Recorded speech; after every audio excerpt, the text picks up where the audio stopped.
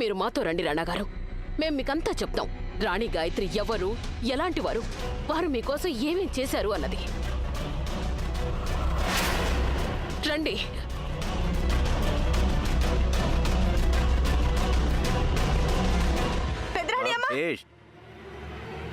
పెద్దరాణి అమ్మ, రాజమాత గాయత్రి రాణాగారుల మధ్యనున్న ప్రేమని రాణాగారికి గుర్తు చేయాలని గాయత్రి గదిలోకి తీసుకెళ్లారు. పెద్ద కోడలు ఇప్పుడు మన గుట్టు రట్టు చేయాలని ప్రయత్నిస్తోంది. రండి, రాణాగారికి గాయత్రి ప్రేమ గురించి తెలిసిపోయిందంటే అంత తలకిందులైపోతుంది. పూల తోటలోని పూలన్నీ కోసినప్పటికీ పూతోటలోని పరిమళం తొలగిపోదు రాణాగారు. రాణి గాయత్రి ఇక్కడ లేరు గాని మీ ఇద్దరి ప్రేమ కథ ఇప్పటికీ ఈ మహల్లో ప్రతిధ్వనిస్తోంది. ఈ చిత్రాన్ని చూసారా? దీన్ని మీరు రాణి గాయత్రి కోసం వేయించారు. ఈ పాటలు, ఈ ప్రేమ గీతాలు మీరు రాణి గాయత్రి కోసమే రాశారు. ఈ పట్టు శాలువా, ఇది రాణి గాయత్రి దేవికి మీరే కానుకగా ఇచ్చారు. అయితే ఆ కానుకలేమిటి రాజమాత? గాయత్రి రాణాగారికి ఇచ్చినవి బాధ, మృత్యువు,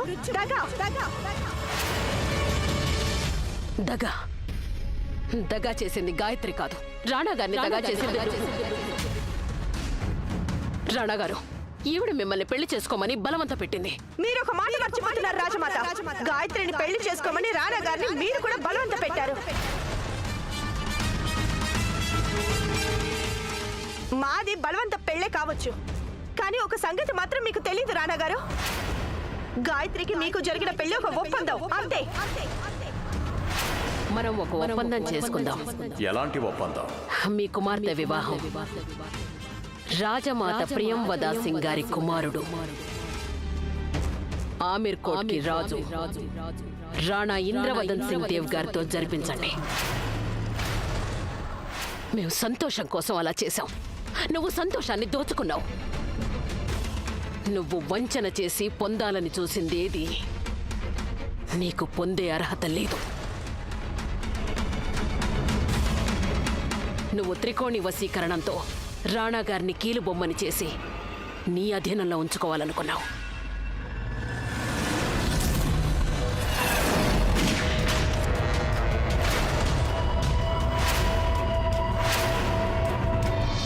మేమింతవరకు మీరు చెప్పినవన్నీ చేశాం.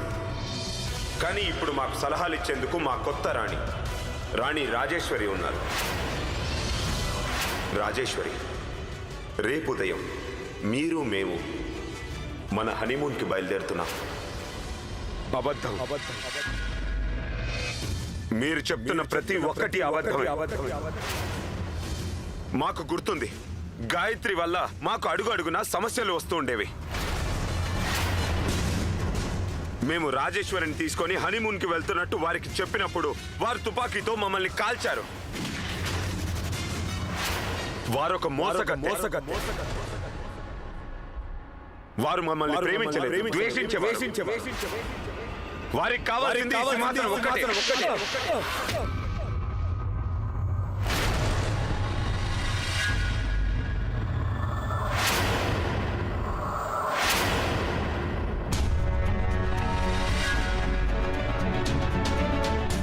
మీరు ఆమీర్ కోట్ రాజు మీద చేయి చేసుకున్నారు. మీరు మా కన్న తల్లి కాకపోయి ఉంటే ఈ పాటికే మీ మొండె నుండి తల వేరై ఉండేది. సిపాయిలు,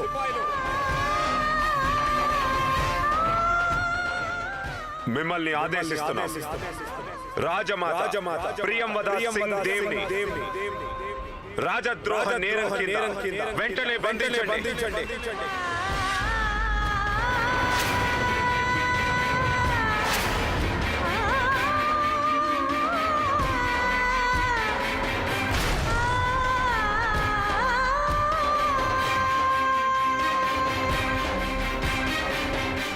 నీకు మేము చెప్పింది వినపడలేదా? వారిని వెంటనే బంధించండి. ఈ అబద్ధాల కోరుని మా కళ్ళ ముందు నుండి దూరంగా తీసుకువెళ్ళండి.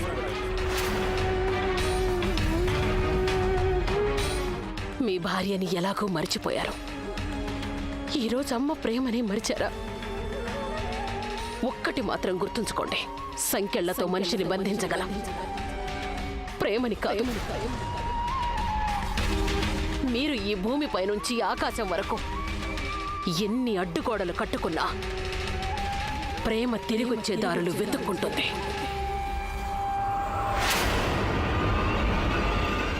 తీసుకెళ్ళండి వీరిని. గాయత్రి, ఎక్కడున్నారు మీరు?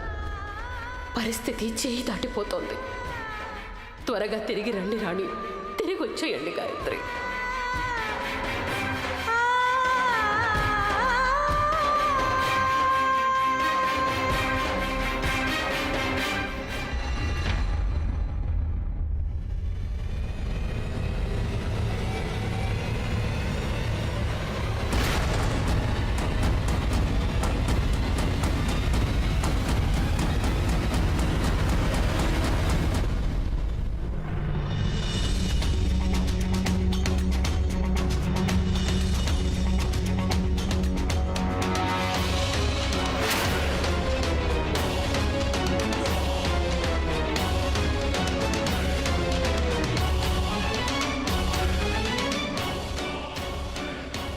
ఈ జ్ఞాపకాలు మిమ్మల్ని దహించేలోగా మీరు ఈ గత స్మృతుల్ని దగ్ధం చేసేయాలి.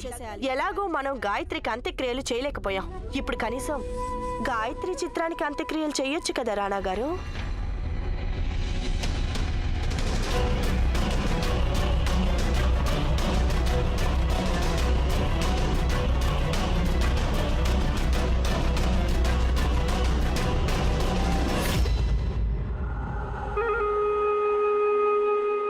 రాణా గారు, గాయత్రి చనిపోయింది. మీరు ఈ వస్తువులన్నీ కాల్చేయండి.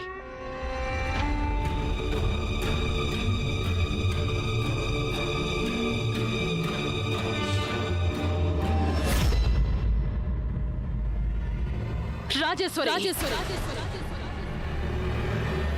చందనం నుంచి పరిమళాన్ని ఎప్పుడూ వేరు చెయ్యలేరు. రాణా గారికి గాయత్రికి తనువులు వేరైనా మనసు ఒకటే. నువ్వే కాదు, యమధర్మరాజైనా వాళ్ళని వేరు చెయ్యలేరు.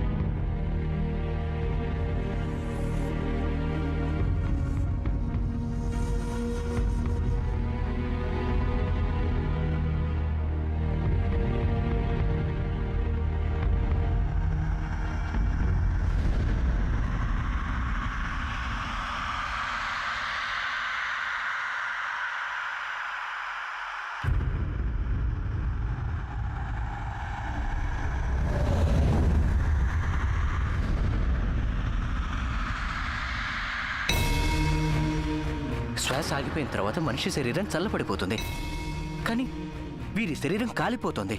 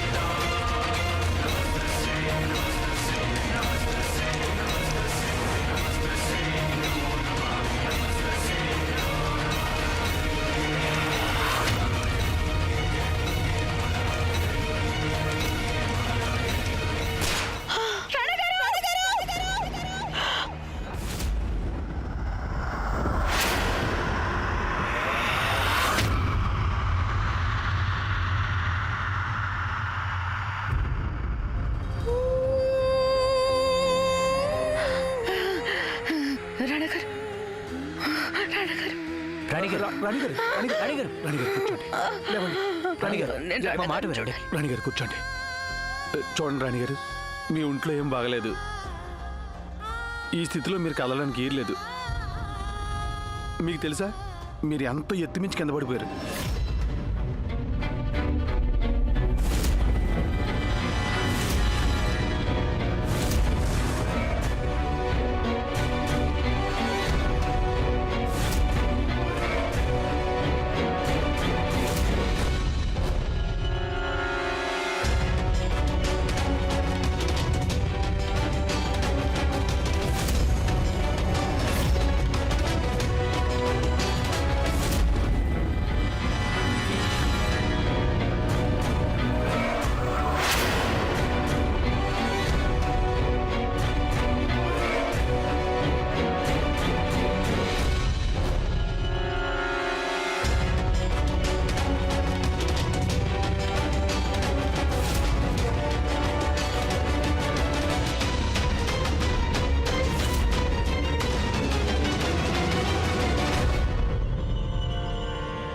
దేవుడు చేసిన అద్భుతం ఇది. అంత ఎత్తు నుంచి కింద పడినప్పటికీ వీరికి ఇంకా శ్వాస ఆడుతోంది. వీరు చేయాల్సిన పని ఏదో మిగిలిపోయి ఉండాలి. అందుకే కదా విధిరాతను పూర్తి చేసేందుకు వీరు మృత్యుముఖం నుంచి బయటపడ్డారు. వీరి పరిస్థితి ఏమీ బాలేదు. పదండి, వీరిని త్వరగా తీసుకెళ్ళాలి.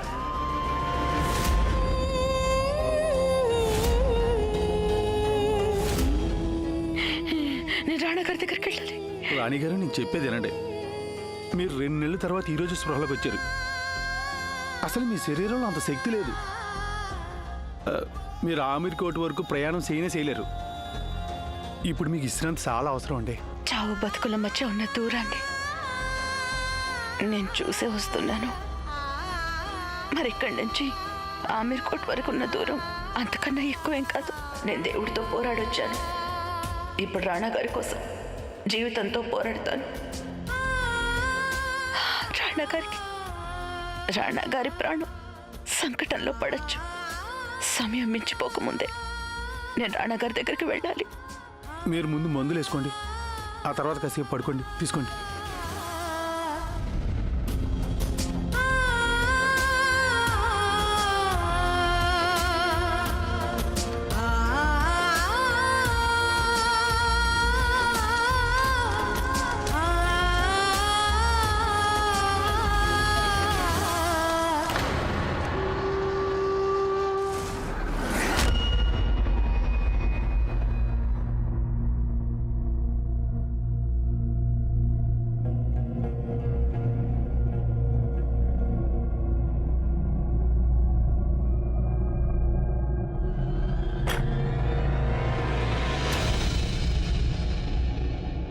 రాణా గారు మీరిలా గదిలో ఒంటరిగా ఉంటే మీకు ఊపిరాడదు. మీరు లేచి మనుషుల్లో పడాలి. దర్బార్ పనుల్లో మీరు ఆసక్తి చూపించాలి. రాజేశ్వరి, జ్ఞాపకాలు నశించింది మాకా లేక మీకా? అది మీకు. అయితే ఆదేశాలు కేవలం రాజులు మాత్రమే ఇస్తారని మీరెలా మర్చిపోయారు? మేము ఆదేశాలు తీసుకోం. రాణా గారు మేమేదో. కాఫీ కలపండి.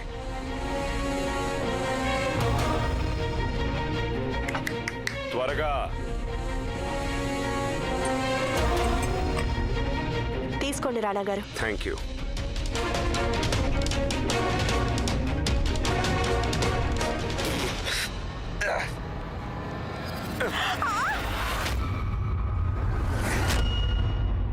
ఈ కాఫీ కన్నా విషం బాగుంటుంది. కానీ రాణా గారు అసలు మీకేమైంది? ఇంతకు ముందైతే మేము కలిపిన కాఫీ బాగా నచ్చేసేది. కానీ ఇప్పుడు మిమ్మల్ని ఆ గాయత్రి దగా చేస్తే అందుకు శిక్ష మీరు మాకు విధిస్తారేంటి? మేము మీ జీవితంలోకి ప్రేమ, ఆశలు, నమ్మకం తీసుకొచ్చాం. మర్చిపోయారా? ప్రేమలు, ఆశలు, నమ్మకం వీటన్నిటికంటే బదులు రుచిగా కప్పు కాఫీ చేసేస్తే బాగుంటుంది. ఇంత పెద్ద మహల్ ఉంది. నౌకర్లలో ఎవరికన్నా మంచి కాఫీ కలపడం తెలిసే ఉంటుంది. ఇక ముందు వాళ్ళనే పంపించండి. Now get out.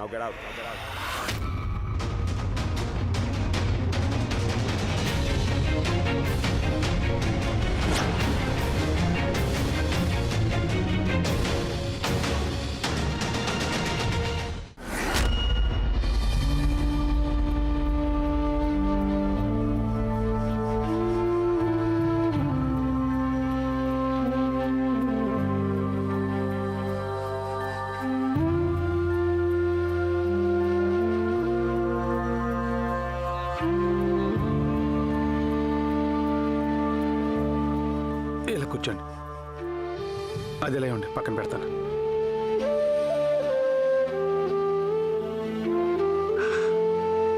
అసలు ఈ నొప్పిని తట్టుకునే నిబరం మీకు ఎలా వచ్చిందండి? అసలు ఇంత నొప్పి ఉన్నప్పటికీ నుంచుంటున్నారు, నడుస్తున్నారు. ఇదే ఇంకొకరు ఎవరైనా వాళ్ళ పాదం కూడా కిందట్లేరండి. ప్రేమ పర్వతాన్నైనా తమ స్థానం నుంచి కదల్చగలదు. ఇక ఈ పాతాలదేముంది? నేను చనిపోయేదాన్ని, కానీ రాణాగారి ప్రేమ నన్ను మృత్యు ముఖం నుంచి బయటికి తీసుకొచ్చింది. కాపాడాల్సిన వాళ్ళు నన్ను కాపాడారు, కానీ చంపాలనుకున్న వాళ్ళు దేనికి వెనకాడడం లేదనుకుంటా.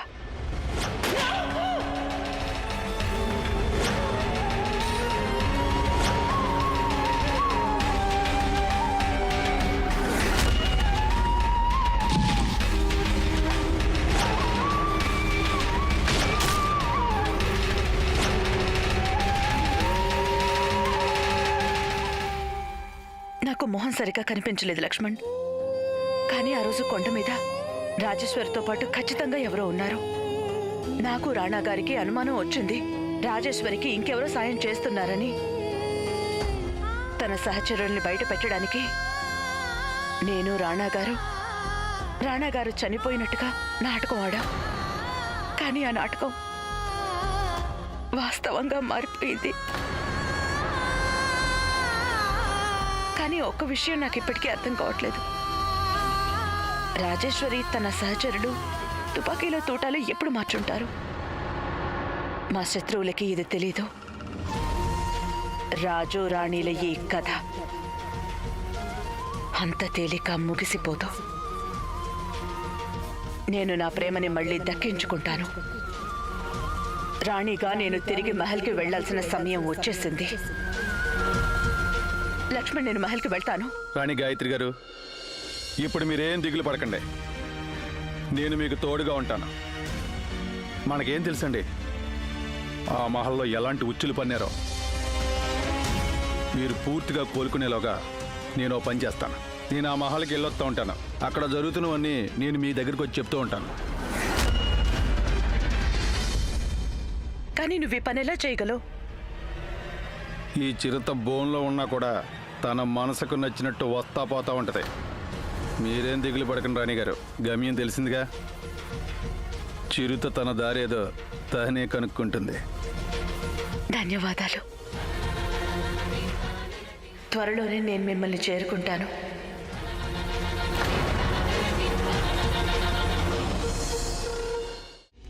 రాణా గారు మా మీద కాఫీ కప్పు విసిరేశారు. రాణా గారు గత స్మృతులే కాదు, తమ ఆలోచన శక్తి కూడా కోల్పోయినట్టున్నారు. వారికి ఏదో పిచ్చి పట్టిందనిపిస్తోంది నాకు. ఓపిక పట్టు, కొంచెం ఓపిక పట్టు. మరో 6 నెలలు ఓపిక పట్టు. 6 నెలలేంటి? ఎందుకు?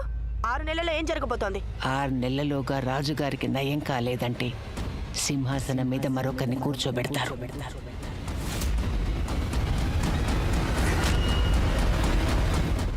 ఇక్కడ మేవుండగా రాణా గారికి నయం అయ్యే పరిస్థితి రాదు. అందుకనే 6 నెలలోగా ఈ రాజ్యం అంతా రాజావారికి దక్కుతుంది. అయితే అది జరిగేంత వరకు ఓపిక పట్టు, అన్ని భరించు. రాణాగారిని గమనిస్తూ ఉంటూ వారికి వారి సంతకం గుర్తు చెయ్యి.